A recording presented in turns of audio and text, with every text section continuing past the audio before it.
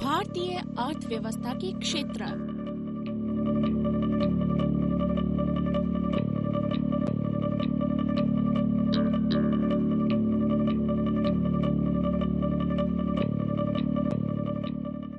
आर्थिक कार्यों के क्षेत्र। आइए इन विभिन्न तस्वीरों को देखते हैं। आप पाएंगे कि लोग विभिन्न प्रकार की आर्थिक क्रियाओं में संलग्न हैं।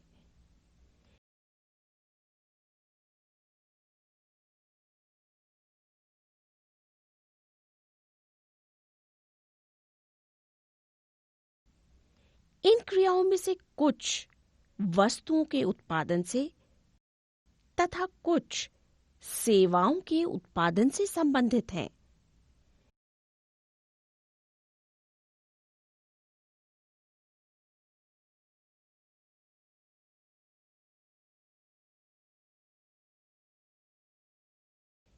इस प्रकार की क्रियाएं हमारे चारों ओर प्रति मिनट संपादित हो रही हैं। यहां तक कि हमारे बोलने में भी। हम इन क्रियाओं को कैसे समझ सकते हैं? इसे समझने के लिए यह आवश्यक है कि कुछ महत्वपूर्ण मापदंडों के आधार पर इन क्रियाओं को विभिन्न समूहों में वर्गीकृत कर लिया जाए। इन समूहों को क्षेत्रक यानी सेक्टर भी कहते हैं। उद्देश्य और किसी महत्वपूर्ण मापदंड के आधार पर इन्हें अनेक तरीकों से वर्गीकृत किया जा सकता है।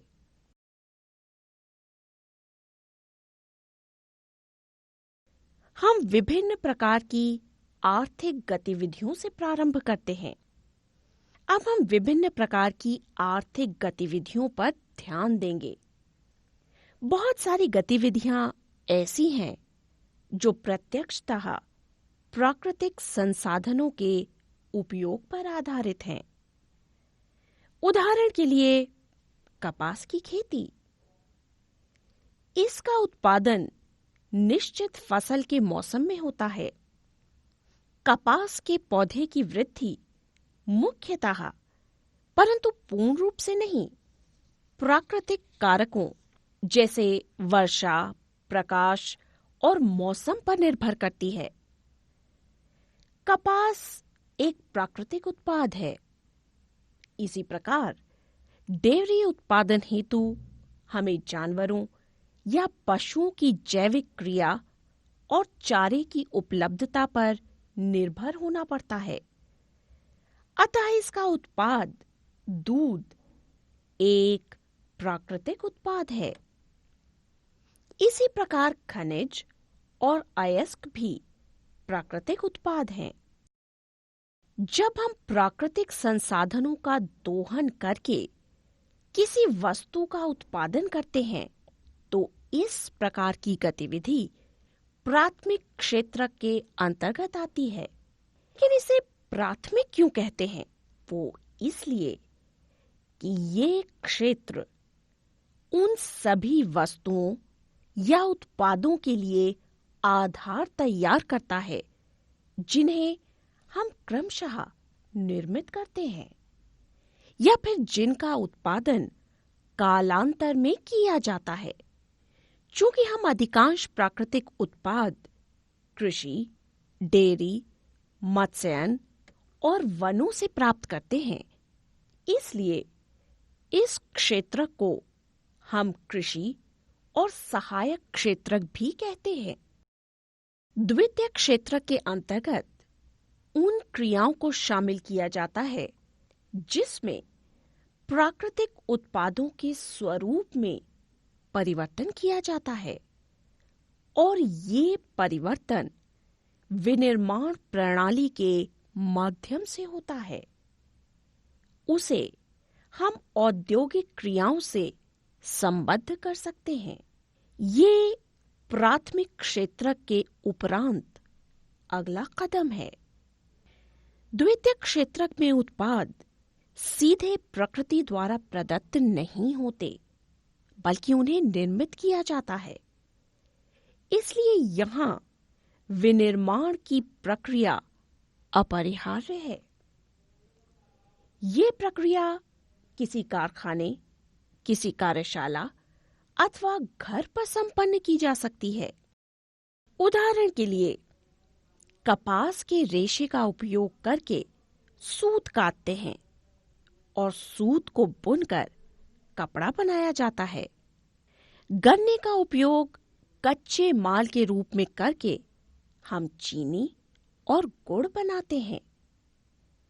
हम मिट्टी से ईंटें बनाते हैं और उन ईंटों का प्रयोग घर और भवनों के निर्माण में करते हैं। क्योंकि ये क्षेत्र विभिन्न प्रकार के संवर्धित उद्योगों से जुड़ा हुआ है, इसीलिए इसे औद्योगिक क्षेत्र भी कहा जाता है। प्राथमिक और द्वितीयक क्षेत्र के अतिरिक्त आर्थिक गतिविधियों की एक तीसरी कोटि भी आती है, जो तृतीयक क्षेत्र के अंतर्गत आती है और ये पहले वर्णित दोनों क्षेत्रकों से भिन्न होती है। तीसरे क्षेत्र की क्रियाएं प्राथमिक और द्वितीयक क्षेत्रकों के विकास में सहायक सिद्ध होती हैं। ये क्रियाएं स्वयं वस्तुओं का उत्पादन नहीं करती, बल्कि उत्पादन क्रिया में सहायता प्रदान करती हैं। उदाहरण के लिए, प्राथमिक और द्वितीयक क्षेत्रकों में उत्पादित वस्तुओं के परिवहन हेतु ट्रक या फिर ट्रेन की आवश्यकता होती है और तभी इन्हें थोक और फुटकर दुकानों में बेचा जाता है। समय समय पर इन्हें गोदामों में रखना भी आवश्यक होता है। वस्तुओं के उत्पादन और व्यापार की वृद्धि हेतु हमें टेलीफोन की आवश्यकता होती है या फिर पत्राचार की, अर्थात संचार माध्यमों की आवश्यकता होती है।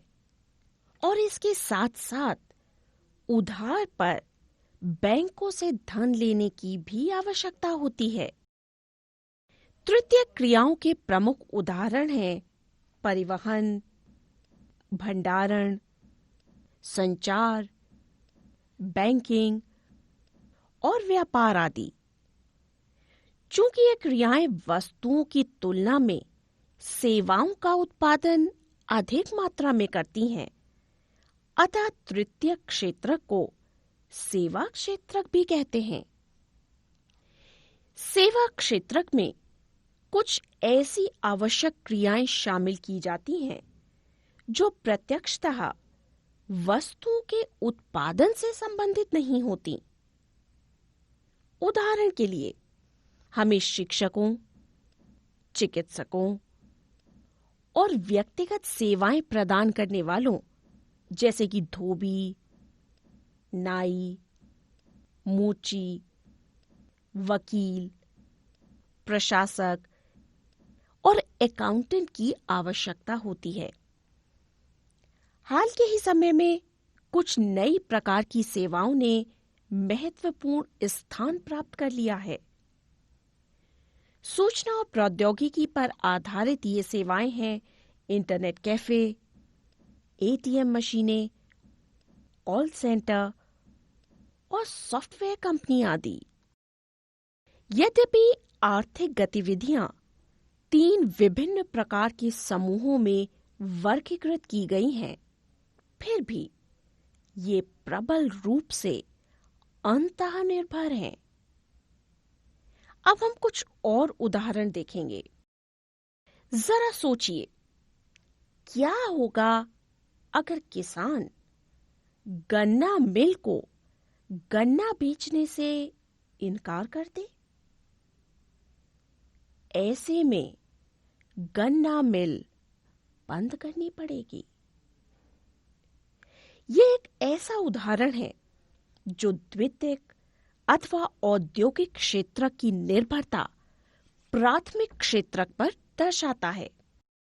जरा सोचिए, क्या होगा यदि कंपनियां कपास की फसल को भारतीय बाजार से खरीदने से इनकार कर दें और अपनी आवश्यकता के लिए कपास का आयात अन्य देशों से करें? ऐसे में भारतीय कपास की खेती को घाटे की अवस्था से गुजरना पड़ेगा और यदि किसान अन्य फसलों का उत्पादन नहीं करेंगे तो दिवालिये हो जाएंगे। चलिए एक और उदाहरण लेते हैं। किसानों को खेती हेतु विभिन्न वस्तुओं की आवश्यकता होती है, जैसे ट्रैक्टर, पंप सेट, बिजली, कीटनाशक, उर्वरक आदि। सोचिए, क्या होगा यदि उर्वरक और पंप सेट के मूल्य में वृद्धि हो जाए? ऐसी स्थिति में किसानों की खेती के लागत मूल्य में वृद्धि हो जाएगी और उनके लाभ में कमी आएगी। औद्योगिक और सेवा क्षेत्र में कार्यरत लोगों के लिए भोजन की आवश्यकता होती है। जरा विचार कीजिए, क्या होगा यदि यातायात सेवा प्रदान करने वाले हड़ताल कर दें और ग्रामीण क्षेत्रों से सब्जियां और दूध इत्यादि ले जाने से इनकार कर दें? ऐसे में शहरी क्षेत्रों में खाद्यान्न की कमी हो जाएगी और साथ ही किसान भी अपने उत्पादों को बेचने में असमर्थ हो जाएंगे। 3 क्षेत्रकों की तुलना।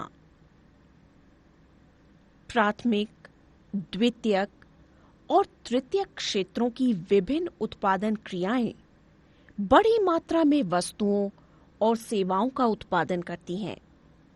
साथ ही इन तीनों क्षेत्रकों में बड़ी मात्रा में लोगों को नियोजित किया गया है, जो कि वस्तुओं और सेवाओं का उत्पादन करते हैं। अगले चरण में हम देखेंगे कि प्रत्येक क्षेत्र में कितनी वस्तुओं और सेवाओं का उत्पादन हो रहा है और कितने व्यक्ति प्रत्येक क्षेत्र में कार्यरत हैं। एक अर्थव्यवस्था में एक या एक से अधिक क्षेत्र ऐसे हो सकते हैं जिसमें उत्पादन और रोजगार की मात्रा अन्य क्षेत्रकों की अपेक्षा काफी अधिक होती है। प्रत्येक क्षेत्र की विभिन्न वस्तुओं और सेवाओं की गणना हम कैसे कर सकते हैं और कुल उत्पाद को कैसे जान सकते हैं? आइए देखते हैं। आप सोचते होंगे कि हजारों वस्तुओं और सेवाओं के उत्पादन की गणना करना असंभव कार्य है। ये कार्य न केवल बहुत विशाल है बल्कि आश्चर्यजनक भी है। कारों, कंप्यूटरों, कीलों और फर्नीचरों की संख्या का योगफल आखिर हम कैसे कर सकते हैं? ये तो अत्यंत बेतुकी बात है। यदि आप ऐसा सोच रहे हैं तो ये सही है। इस समस्या के निराकरण के लिए अर्थशास्त्री सलाह देते हैं कि वस्तुओं और सेवाओं के मूल्य का उपयोग किया जाना चाहिए, न कि उनकी वास्तविक संख्या का। उदाहरण के लिए, यदि 10,000 किलो गेहूं को 8 रुपए प्रति किलो की दर से बेचा जाता है तो उसका मूल्य 80,000 रुपए होगा। नारियल के 5,000 नगों का मूल्य 10 रुपए प्रति नग की दर से 50,000 रुपए होगा। इसी प्रकार तीनों क्षेत्रकों में उत्पादित वस्तुओं और सेवाओं के मूल्य की गणना कर उन्हें जोड़ा जाना चाहिए। यहाँ इस बात के संदर्भ में एक सावधानी रखना बेहद जरूरी है, और वो ये कि प्रत्येक वस्तु या सेवा जिसका उत्पादन और विक्रय किया जाता है उसे जोड़ना आवश्यक नहीं है। इसका अर्थ ये है कि हम केवल अंतिम वस्तुओं और सेवाओं को ही शामिल करेंगे।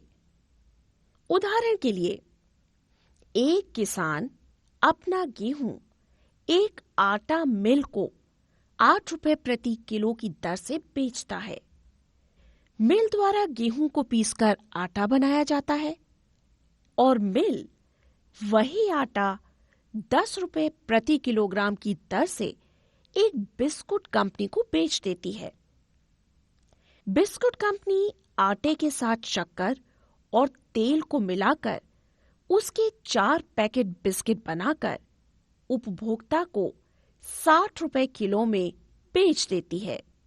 एक विशेष वर्ष में प्रत्येक क्षेत्रक में उत्पादित अंतिम वस्तुओं और सेवाओं का मूल्य उस विशेष वर्ष में उस क्षेत्र के समस्त उत्पादन को दर्शाता है। इस प्रकार अर्थव्यवस्था के तीनों क्षेत्रकों के समस्त उत्पादन के योग को किसी देश का सकल घरेलू उत्पाद यानी ग्रॉस डोमेस्टिक प्रोडक्ट यानी जीडीपी कहते हैं। इस प्रकार ये किसी देश के भीतर एक निश्चित वर्ष के अंदर उत्पादित समस्त वस्तुओं और सेवाओं के मूल्य को दर्शाता है। सकल घरेलू उत्पाद किसी देश की अर्थव्यवस्था की व्यापकता को दर्शाता है। भारत में सकल घरेलू उत्पाद जैसे विशाल कार्य की गणना केंद्रीय सरकार के मंत्रालय द्वारा की जाती है। ये मंत्रालय समस्त भारतीय राज्यों और केंद्र शासित प्रदेशों के विभिन्न सरकारी विभागों की सहायता से वस्तुओं और सेवाओं की उत्पादित मात्रा और उनके मूल्यों के संबंध में जानकारी एकत्रित करता है और जीडीपी का अनुमान करता है। क्षेत्रकों में ऐतिहासिक परिवर्तन। ऐतिहासिक तथ्य ये बताते हैं कि आज के विकसित राष्ट्रों में उनके विकास की प्रारंभिक अवस्था में आर्थिक क्रियाओं के अंतर्गत सामान्यतः प्राथमिक क्षेत्र को ही महत्वपूर्ण स्थान प्राप्त था। जैसे जैसे खेती करने के तरीकों में बदलाव आया, वैसे वैसे कृषि क्षेत्रक समृद्ध होता गया, जिससे पहले की तुलना में अधिक मात्रा में खाद्यान्न उत्पन्न होने लगे। लोगों ने अन्य क्रियाओं में भी भाग लेना प्रारंभ कर दिया। फलतः कारीगरों और व्यापारियों की संख्या में वृद्धि हुई। क्रय विक्रय और अन्य क्रियाओं में भी कई गुना वृद्धि हुई। इसके अलावा ट्रांसपोर्टरों, प्रशासकों और सैनिकों की संख्या में भी वृद्धि हुई। इस चरण में उत्पादित अधिकतर उत्पाद प्राकृतिक थे, जो प्राथमिक क्षेत्रक से संबंधित थे, और अधिकांशतः लोग इसी क्षेत्रक से रोजगार प्राप्त कर रहे थे। एक लंबे समय के उपरांत लगभग 100 वर्षों के बाद विनिर्माण के तरीकों में बदलाव आया। कारखाने स्थापित हुए और उनका प्रसार हुआ। वे लोग जो पहले खेतों में काम करते थे, अब बड़ी मात्रा में कारखानों में काम करने लगे। साथ ही लोगों ने बड़ी मात्रा में कारखानों से उत्पादित सस्ते मूल्य की वस्तुओं का उपयोग प्रारंभ कर दिया। द्वितीय क्षेत्रक समस्त उत्पादन और रोजगार की दृष्टि से सर्वाधिक महत्वपूर्ण क्षेत्रक बन गया। इसके कारण अतिरिक्त समय में भी काम होने लगा। इसका अर्थ ये है कि क्षेत्रक के महत्व में परिवर्तन आ गया। पिछले 100 वर्षों में विकसित देशों में परिवर्तन की प्रक्रिया द्वितीय क्षेत्रक से तृतीय क्षेत्रक की ओर देखने को मिलती है। संपूर्ण उत्पादन में सेवा क्षेत्रक ने सर्वाधिक महत्वपूर्ण स्थान प्राप्त कर लिया। कार्यशील व्यक्तियों में से अधिकांशतः सेवा क्षेत्रक में ही रोजगार प्राप्त किए हुए हैं। ये एक सामान्य प्रतिमान है जो विकसित देशों में पाया जाता है। आप जानना चाहेंगे कि भारतीय अर्थव्यवस्था के तीनों क्षेत्रकों में समस्त उत्पादन और रोजगार प्राप्त व्यक्तियों की संख्या क्या है? पिछले कुछ वर्षों में विकसित देशों के प्रतिमान में भी अंतर आए हैं। ये अंतर क्या हैं? इन्हें हम विस्तार से अगले खंड में पढ़ेंगे। भारत में प्राथमिक, द्वितीयक और तृतीयक क्षेत्रक, ये ग्राफ तीनों क्षेत्रकों में वस्तुओं और सेवाओं के उत्पादन को दर्शाता है। ये 2 वर्षों 1973 और 2003 के आंकड़ों को दर्शाता है। आप पिछले 30 वर्षों के समस्त उत्पादन में वृद्धि को देख सकते हैं। ध्यान से देखिए, 1973 और 2003 के बीच का तुलनात्मक अध्ययन क्या दर्शाता है? इस तुलना के उपरांत हम क्या निष्कर्ष निकाल सकते हैं? आइए इसकी खोज करते हैं। 1973 और 2003 के बीच के 30 वर्षों में तीनों क्षेत्रकों में वृद्धि हुई है। इसमें तृतीय क्षेत्रक ने सर्वाधिक वृद्धि दर्ज की है।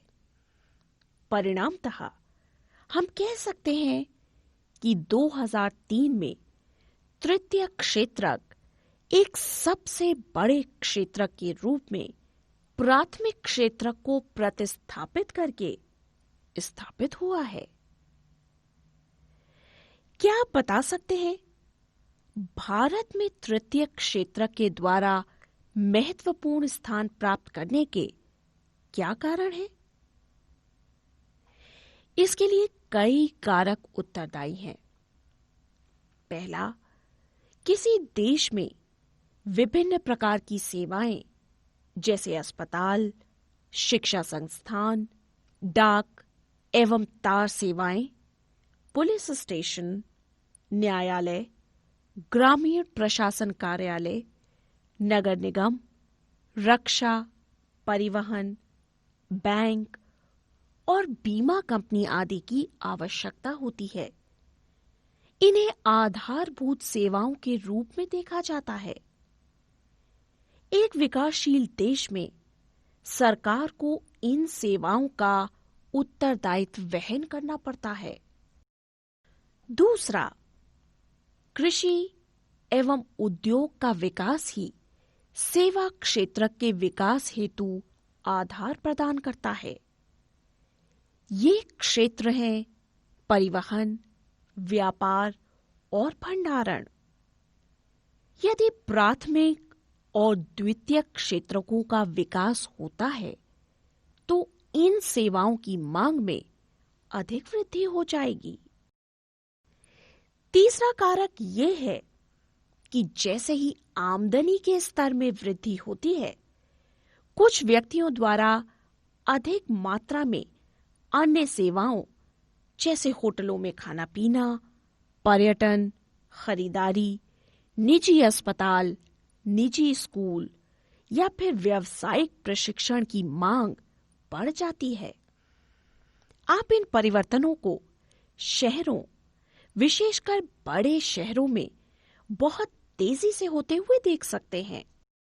चौथा कारक ये है कि पिछले दशक में कुछ निश्चित सेवाएं जो कि सूचना और संचार तकनीकी पर आधारित सेवाओं ने महत्वपूर्ण और अनिवार्य रूप ग्रहण कर लिया है। इन सेवाओं के उत्पादन की मात्रा तेजी से बढ़ रही है। हमें ये ध्यान रखना चाहिए कि सभी सेवा क्षेत्रकों में समान रूप से वृद्धि नहीं हुई। भारत में सेवा क्षेत्र में विभिन्न प्रकार के लोग नियोजित हैं। एक ओर यहां सीमित मात्रा में ऐसी सेवाएं हैं जिसमें अत्यंत कुशल और शिक्षित श्रमिकों को रोजगार मिलता है। वहीं दूसरी ओर सेवा क्षेत्र में बड़ी मात्रा में ऐसे लोग हैं जो कि छोटी दुकानों, वस्तुओं की मरम्मत करना या फिर परिवहन सेवाओं आदि में कार्यरत हैं। इन सेवाओं में नियोजित लोग मुश्किल से ही जीवन निर्वाह हेतु कमा पाते हैं, लेकिन फिर भी वे इन सेवाओं में नियोजित हैं क्योंकि उनके लिए इन सेवाओं के अतिरिक्त अन्य सेवाओं के अवसर उपलब्ध नहीं हैं। इस प्रकार इस क्षेत्र का एक भाग ही महत्व प्राप्त कर रहा है। ये दूसरा ग्राफ तीनों क्षेत्रकों के प्रतिशत को दर्शाता है और अब इस ग्राफ में आप प्रत्यक्ष रूप से इन तीनों क्षेत्रकों के बदलते महत्व को देख सकते हैं जो कि पिछले 30 वर्षों में हुआ। भारतीय संदर्भ में ये तथ्य याद रखने योग्य है कि जितना परिवर्तन हम तीनों क्षेत्रकों के जीडीपी के भाग में देखते हैं, उतना परिवर्तन रोजगार में नहीं हुआ। ग्राफ 3 1973 और 2000 में 3 क्षेत्रकों में रोजगार के भाग को दर्शाता है। प्राथमिक क्षेत्रक ही सन 2000 में भी सबसे बड़े रोजगार प्रदान करने वाले क्षेत्रक की भूमिका निभा रहा था और ऐसा इसलिए कि द्वितीयक और तृतीयक क्षेत्रक में पर्याप्त मात्रा में रोजगार उत्पन्न नहीं हुए। यहां तक कि वस्तुओं के उत्पादन या औद्योगिक उत्पादन में 8 गुना वृद्धि हुई, जबकि औद्योगिक क्षेत्रक में रोजगार में 2.5 गुना वृद्धि हुई। ठीक इसी प्रकार सेवा क्षेत्रक के उत्पादन में 11 गुना वृद्धि हुई, जबकि रोजगार में 3 गुना से भी कम। परिणामतः प्राथमिक क्षेत्रक में देश के आधे से अधिक लोग कार्य करते हैं। अकेला कृषि क्षेत्रक ही जीडीपी के 1/4 भाग का उत्पादन करता है। इसके विपरीत द्वितीयक और तृतीयक क्षेत्रक जीडीपी के 3/4 भाग का उत्पादन करते हैं, जबकि इसमें देश के आधे से भी कम लोगों को रोजगार प्राप्त है। तो इसका अर्थ ये है कि कृषि क्षेत्रक में कार्यरत लोग उतना उत्पादन नहीं कर रहे जितना कि वे कर सकते हैं। क्या इसका अर्थ ये हुआ कि कृषि क्षेत्रक में आवश्यकता से अधिक लोग कार्यरत हैं? इसलिए यदि हम इस क्षेत्रक से कुछ व्यक्तियों को बाहर निकाल लें तो भी इसके उत्पादन पर कोई असर नहीं पड़ेगा? या फिर दूसरे शब्दों में हम कह सकते हैं कि कृषि क्षेत्रक में अल्प बेरोजगारी है। हम एक छोटे किसान लक्ष्मी का उदाहरण लेते हैं। लक्ष्मी, जिसके पास लगभग 2 हेक्टेयर जमीन है, सिंचाई के कोई साधन नहीं है। सिंचाई हेतु वो केवल वर्षा के जल पर ही निर्भर है। उसके खेत में ज्वार और अरहर जैसी फसलें उगती हैं। उसके परिवार के सभी 5 सदस्य वर्ष भर खेत में काम करते हैं। ऐसा क्यों? क्योंकि उनके पास कहीं कोई और काम नहीं है। आप देख रहे हैं कि उनमें से प्रत्येक व्यक्ति कार्य कर रहा है, कोई बेकार नहीं है। लेकिन वास्तविकता ये है कि उनके श्रम प्रयास विभाजित हैं।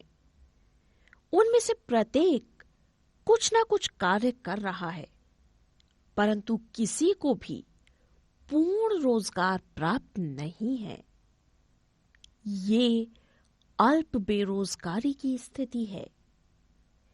इसमें लोग प्रत्यक्षतः कार्य तो कर रहे होते हैं, लेकिन उनके द्वारा किया जा रहा उत्पादन उनकी वास्तविक क्षमता से कम होता है।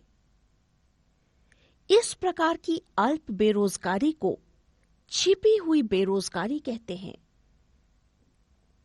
क्योंकि ये उन लोगों की बेरोजगारी है जिनके पास कोई रोजगार नहीं है और वे बेकार बैठे हुए हैं। इसलिए इसे प्रच्छन्न बेरोजगारी भी कहते हैं।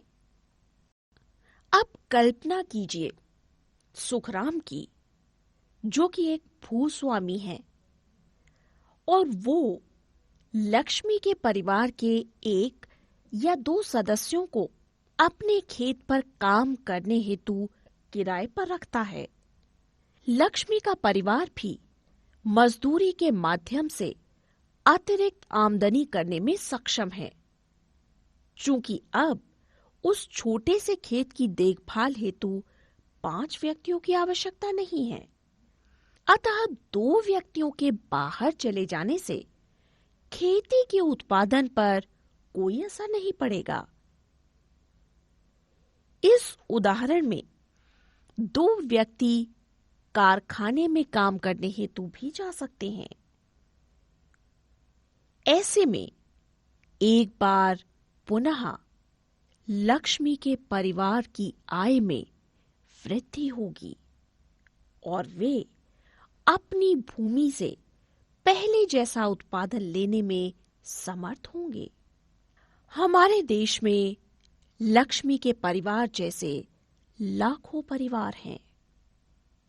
इसका अर्थ यह है, यदि हम कृषि क्षेत्र से एक बड़ी मात्रा में व्यक्तियों को निकालकर उन्हें अन्य किसी क्षेत्र में समुचित रोजगार प्रदान करें, तो इससे कृषि की उत्पादकता पर कोई विपरीत असर नहीं पड़ेगा, बल्कि वे लोग जो कि अन्य रोजगार प्राप्त करेंगे, परिवार की समस्त आय में वृद्धि करेंगे। ये छिपी हुई बेरोजगारी अन्य क्षेत्रों में भी देखी जा सकती है। उदाहरण के लिए सेवा क्षेत्र के अंतर्गत शहरी क्षेत्र में हजारों ऐसे अनियमित कर्मचारी हैं जो दिन प्रतिदिन के रोजगार की तलाश करते हैं। वे पेंटिंग, प्लम्बर, सुधार कार्य या फिर इसी प्रकार के अन्य कार्य करते हैं। उनमें से बहुत से लोगों को प्रतिदिन कार्य नहीं मिलता। इसी प्रकार सेवा क्षेत्र में कार्यरत अन्य लोग, जैसे ठेला चलाने वाले, गलियों में फेरी लगाने वाले, जहां सारा दिन इस काम में व्यतीत कर देते हैं, लेकिन इस कार्य से बहुत थोड़ा ही कमा पाते हैं। ये लोग ये कार्य इसलिए कर रहे हैं क्योंकि उनके पास और अवसर उपलब्ध नहीं है। अतिरिक्त रोजगार का सृजन कैसे हो? हमारे इस विवेचन के आधार पर यह स्पष्ट हो जाता है कि कृषि क्षेत्र में लगातार छिपी हुई बेरोजगारी बनी हुई है। इस क्षेत्र में ऐसे लोग भी हैं जिनके पास रोजगार के कोई भी अवसर नहीं है। इन लोगों के लिए हम किस प्रकार रोजगार उपलब्ध करा सकते हैं? आइए अब हम उनमें से कुछ तरीकों पर नजर डालते हैं। हम लक्ष्मी के ही उदाहरण को देखते हैं, जिसके पास 2 हेक्टेयर भूमि है।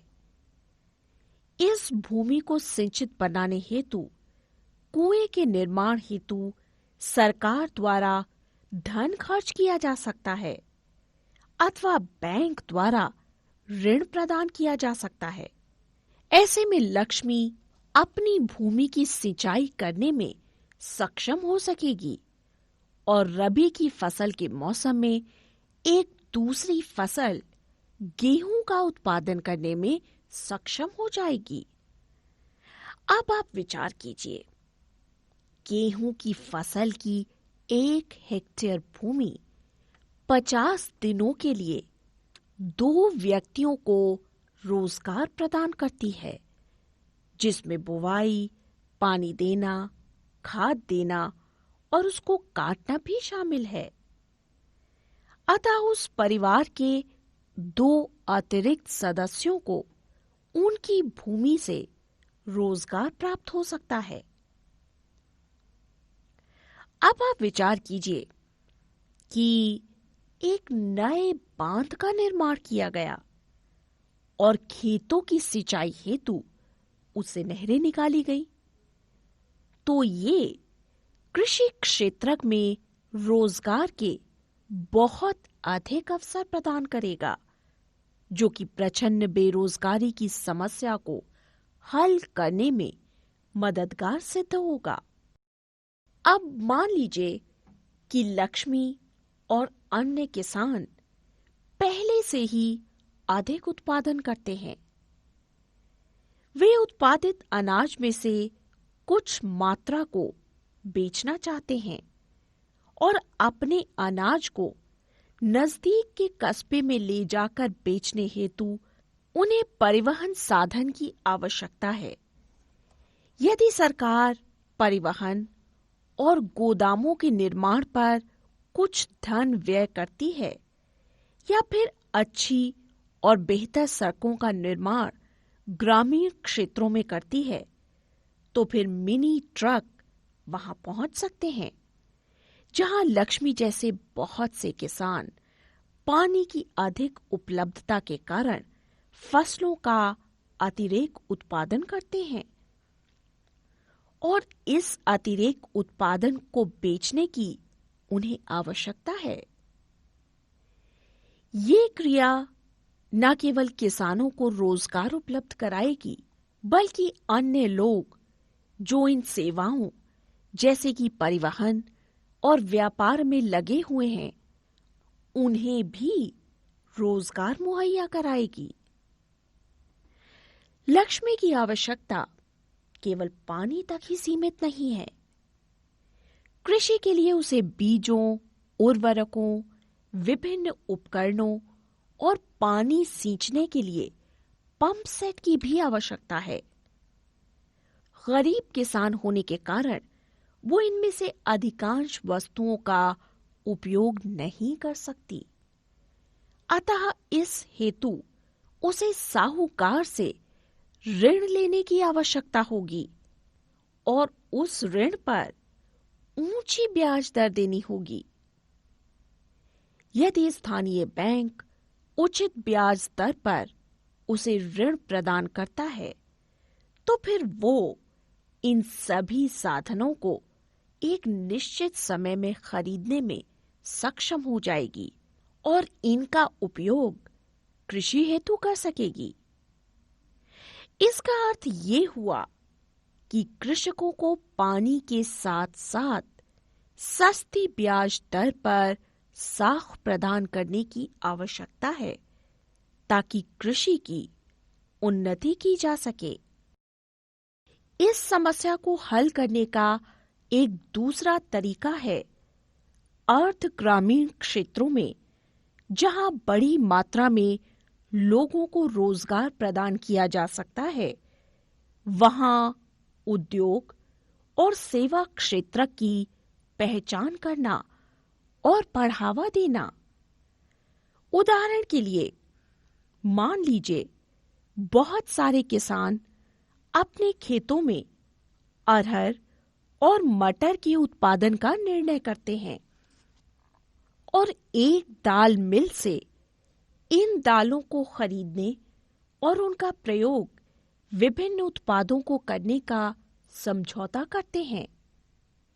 शीत भंडार गृह की स्थापना किसानों को अवसर प्रदान करती है कि वो अपने उत्पादों जैसे आलू और प्याज का भंडारण इन शीत भंडार गृहों में करें और बाजार में उन्हें उस समय विक्रय करें जब इन उत्पादों की उन्हें अच्छी कीमत मिल सके। गांव में जंगलों के नजदीक हम शहद संग्रह एकत्रण केंद्र प्रारंभ कर सकते हैं, जहां कृषक जंगल से प्राप्त शहद का विक्रय कर सकते हैं। उन प्रसंस्करण उद्योगों की स्थापना भी की जा सकती है जो सब्जियों और कृषि उत्पादों पर आधारित हैं, जैसे आलू, शकरकंद, चावल, गेहूं, टमाटर और फल आदि, जिनका विक्रय दूर के बाजारों में किया जा सकता है। ये उन उद्योगों को रोजगार प्रदान करेगा जो कि अर्ध ग्रामीण क्षेत्रों में स्थापित हैं। क्या आप जानते हैं कि भारत में लगभग 20 करोड़ बच्चे विद्यालय में पढ़ने वाली आयु वर्ग के हैं? इनमें से केवल 2/3 बच्चे ही विद्यालय जाते हैं। शेष बच्चे विद्यालय नहीं जाते।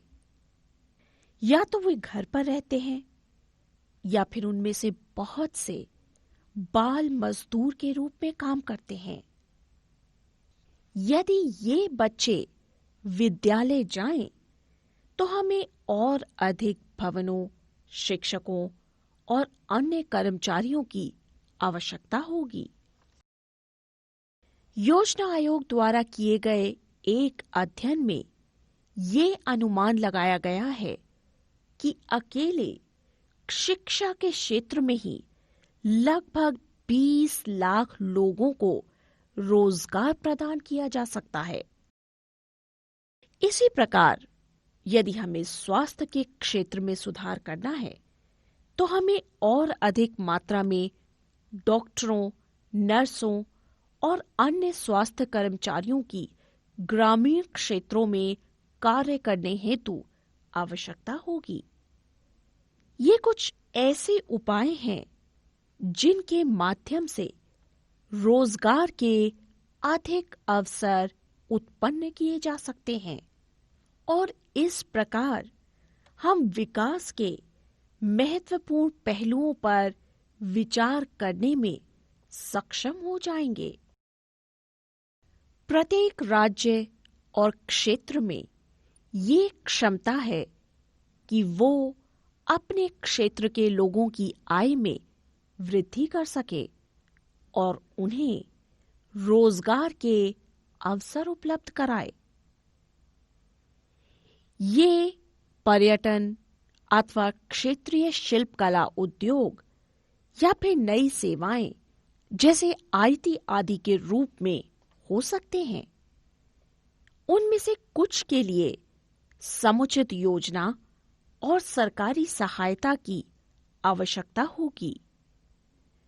उदाहरण के लिए, योजना आयोग के अध्ययन के अनुसार यदि पर्यटन को एक क्षेत्र के रूप में सही प्रकार विकसित किया जाता है, तो प्रति वर्ष हम 35 लाख से भी अधिक रोजगार के अवसर सृजित कर सकते हैं।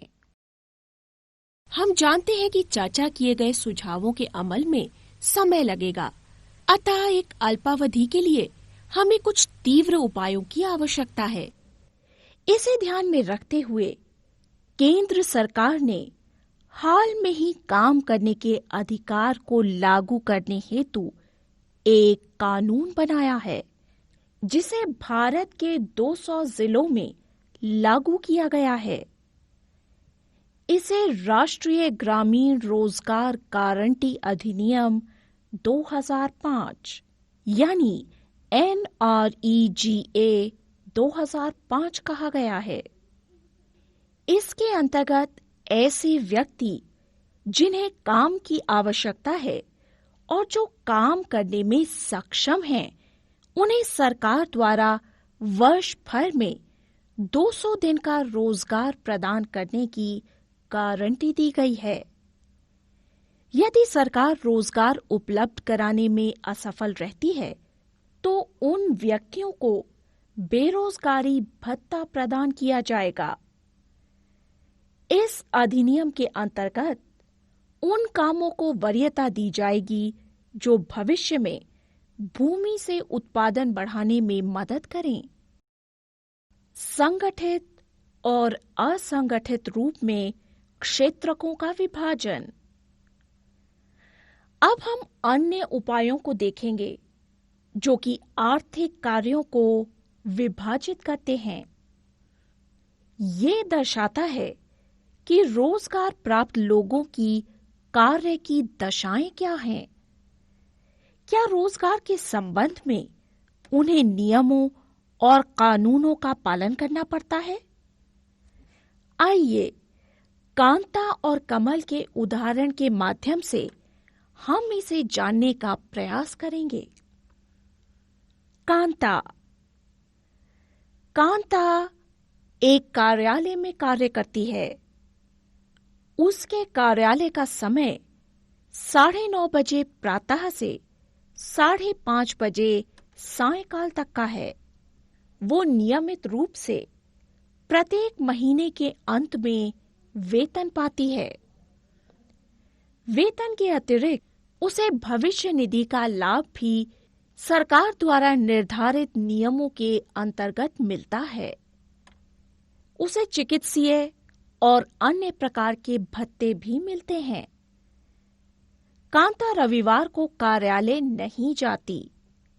ये एक सवेतन अवकाश है। जब उसने नौकरी आरंभ की थी, तो उसे एक नियुक्ति पत्र मिला था जिसमें नौकरी की शर्तें एवं निबंधन का उल्लेख था। कमल कांता का पड़ोसी है। वो एक दैनिक वेतनभोगी मजदूर है जो पास में ही किराने की दुकान में काम करता है। वो प्रातः 7:30 बजे दुकान जाता है और 8 बजे सायंकाल वापस आता है। उसे अपनी मजदूरी के अतिरिक्त अन्य कोई भत्ते नहीं मिलते। उसे उन दिनों का कोई वेतन नहीं मिलता जब वो कार्य नहीं करता।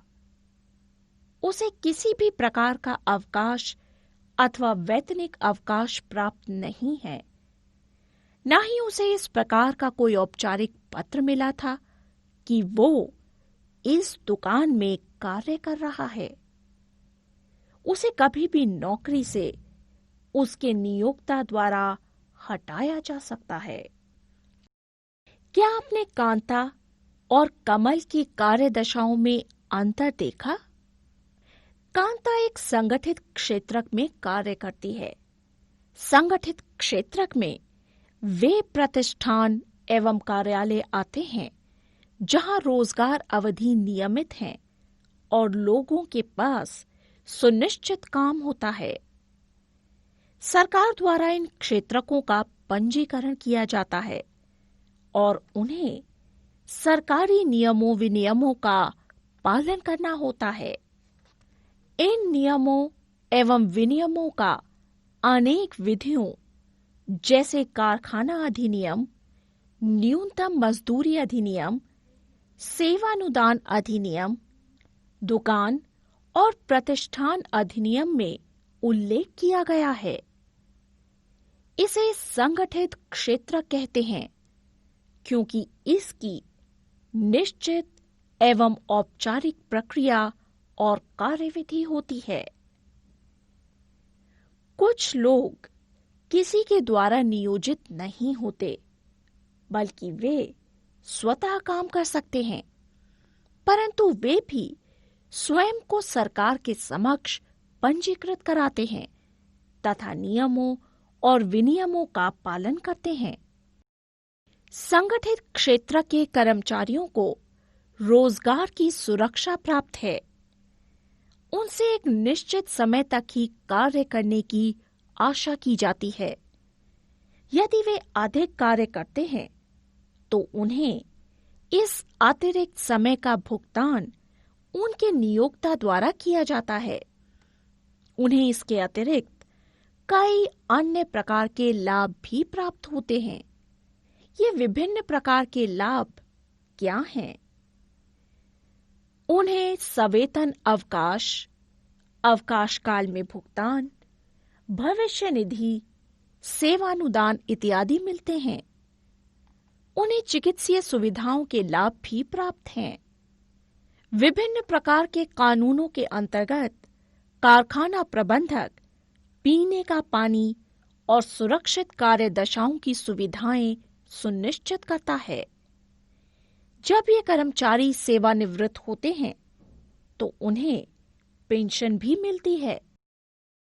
इसके विपरीत कमल असंगठित क्षेत्र में कार्य करता है।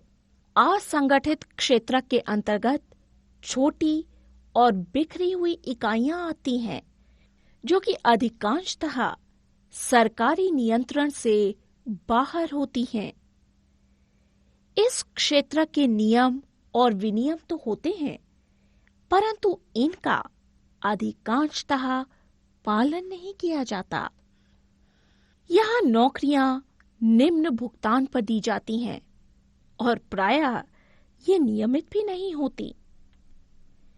इस क्षेत्र में अतिरिक्त समय में काम करने, सवेतन अवकाश, छुट्टियां और बीमारी के कारण अवकाश इत्यादि का कोई प्रावधान नहीं है।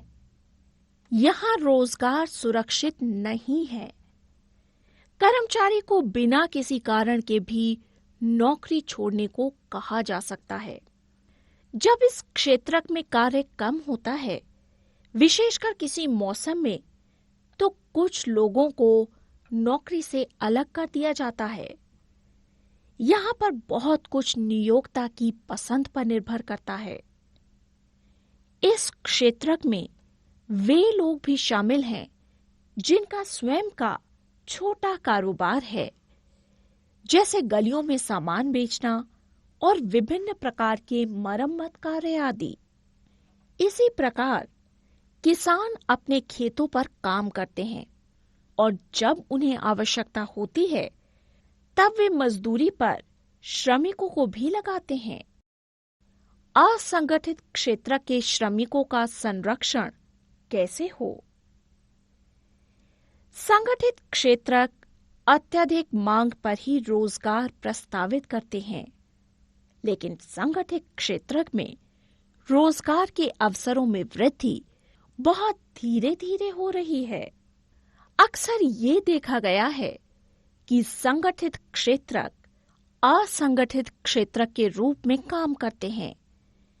वे इस प्रकार की रणनीति पर वंचन और श्रमिकों को संरक्षण प्रदान करने वाली विधियों के अनुपालन से बचने के लिए अपनाते हैं। परिणामतः एक बड़ी संख्या में असंगठित क्षेत्रकों में रोजगार की प्राप्ति हेतु श्रमिक विवश हुए हैं, जो बहुत कम वेतन देते हैं। उनका प्रायः शोषण होता है और उन्हें प्रायः उचित मजदूरी भी नहीं मिलती। उनकी आमदनी कम भी है और नियमित भी नहीं। उन्हें रोजगार की सुरक्षा भी प्राप्त नहीं है और अन्य सुविधाएं भी नहीं।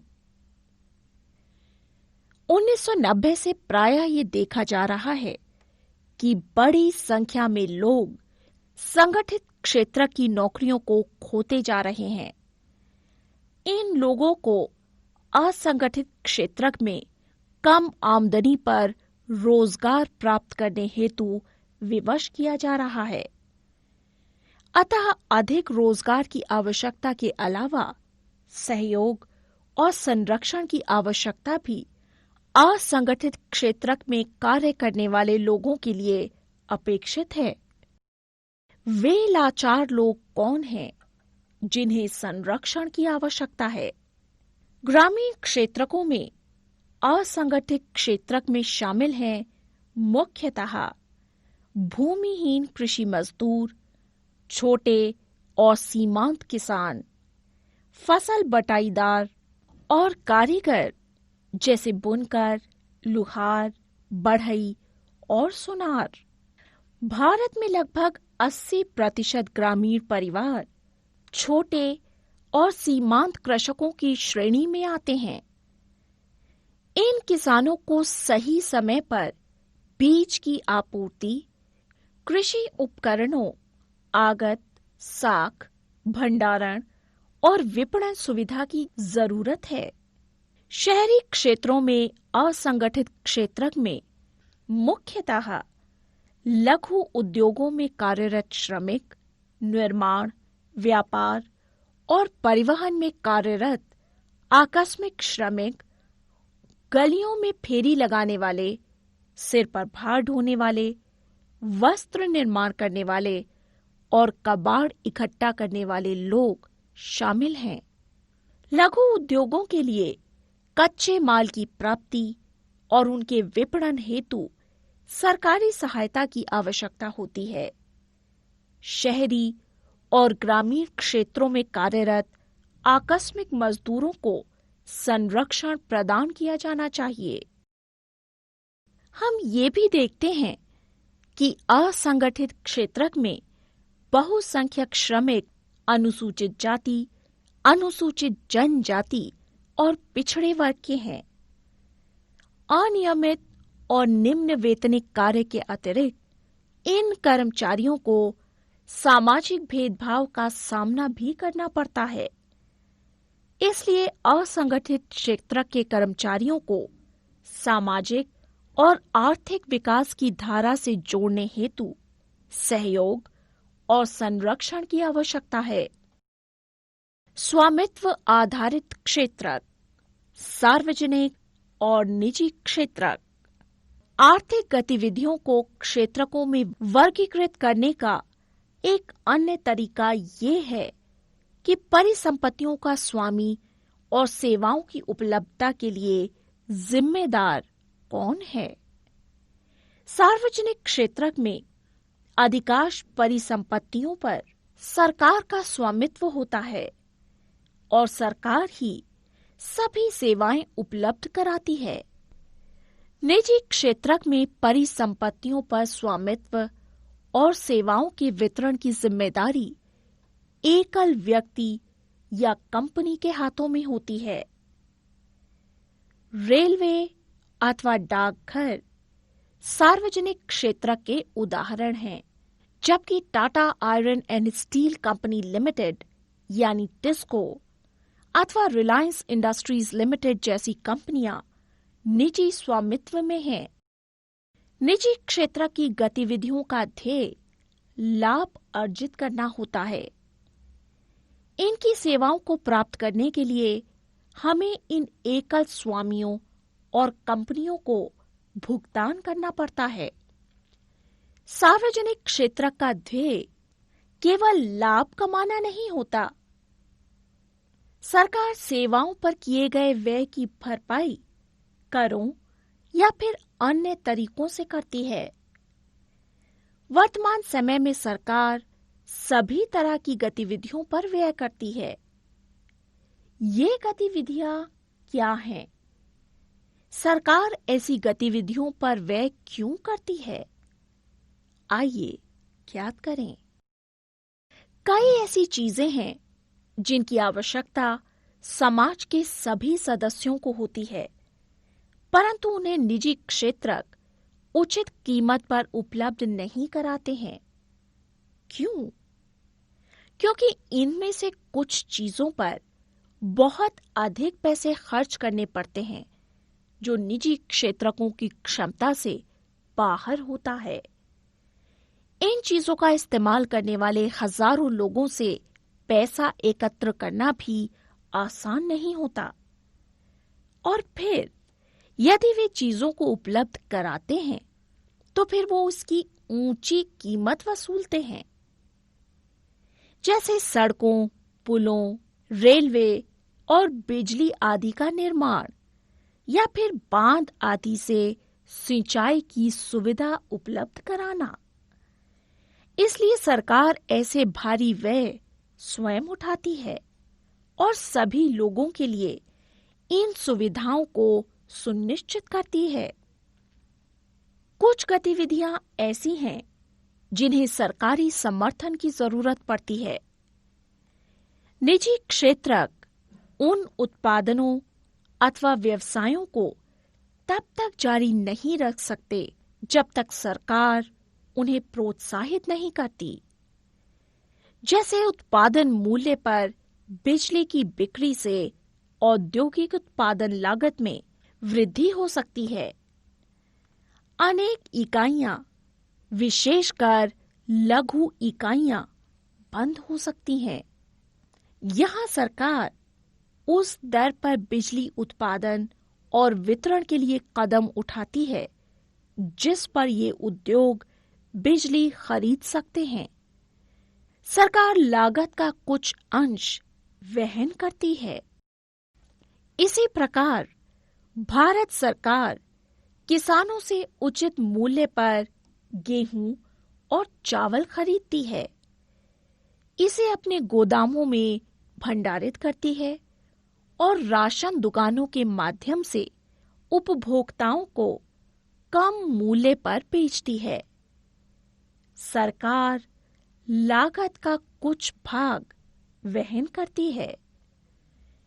इस प्रकार सरकार किसानों और उपभोक्ताओं दोनों को सहायता पहुंचाती है। अधिकतर आर्थिक गतिविधियां ऐसी हैं जिनकी प्राथमिक जिम्मेदारी सरकार पर है। इन पर व्यय करना सरकार की अनिवार्यता है। जैसे सभी के लिए स्वास्थ्य और शिक्षा सुविधाएं उपलब्ध कराना, समुचित ढंग से विद्यालय चलाना और गुणात्मक शिक्षा, विशेषकर प्राथमिक शिक्षा उपलब्ध कराना सरकार का कर्तव्य है। भारत में निरक्षरों की संख्या विश्व में सबसे अधिक है। इसी प्रकार हम जानते हैं कि भारत के लगभग आधे बच्चे कुपोषण के शिकार हैं और उनमें से 1/4 गंभीर रूप से बीमार हैं। उड़ीसा अथवा मध्य प्रदेश का शिशु मृत्यु दर विश्व के निर्धनतम भागों जैसे अफ्रीकी देशों से भी अधिक है। सरकार को भी मानव विकास के पक्षों जैसे सुरक्षित पेयजल की उपलब्धता, निर्धनों के लिए आवासीय सुविधाएं, भोजन और पोषण पर ध्यान देने की जरूरत है। सरकार का ये भी कर्तव्य है कि वो बजट बढ़ाकर अत्यंत निर्धनों की ओर पूर्णतया उपेक्षित भागों की देखभाल करे। सारांश: इस अध्याय में हमने आर्थिक गतिविधियों को कुछ सार्थक समूहों में विभाजित करने के तरीकों का अध्ययन किया। विभाजन का एक तरीका ये परीक्षण करना है कि कोई गतिविधि प्राथमिक, द्वितीयक और तृतीयक क्षेत्र में से किससे संबंधित होती है। भारत के विगत 30 वर्षों के आंकड़े प्रदर्शित करते हैं कि यद्यपि जीडीपी में सबसे अधिक योगदान तृतीयक क्षेत्रक में उत्पादित वस्तुओं और सेवाओं का है, लेकिन रोजगार अधिकांशतः प्राथमिक क्षेत्रक में ही मिलता है। हमने ये भी देखा है कि देश में रोजगार के अवसरों की वृद्धि के लिए क्या किया जा सकता है। दूसरे वर्गीकरण में हम संगठित और असंगठित क्षेत्रक में काम करने वाले लोगों पर विचार करते हैं। अधिकांशतः लोग असंगठित क्षेत्र में काम कर रहे हैं, उन्हें संरक्षण अनिवार्य है। हमने सार्वजनिक और निजी क्षेत्रकों की गतिविधियों के बीच अंतर का अध्ययन किया और देखा कि सार्वजनिक गतिविधियों को कुछ निश्चित क्षेत्रों पर केंद्रित करना अनिवार्य क्यों है।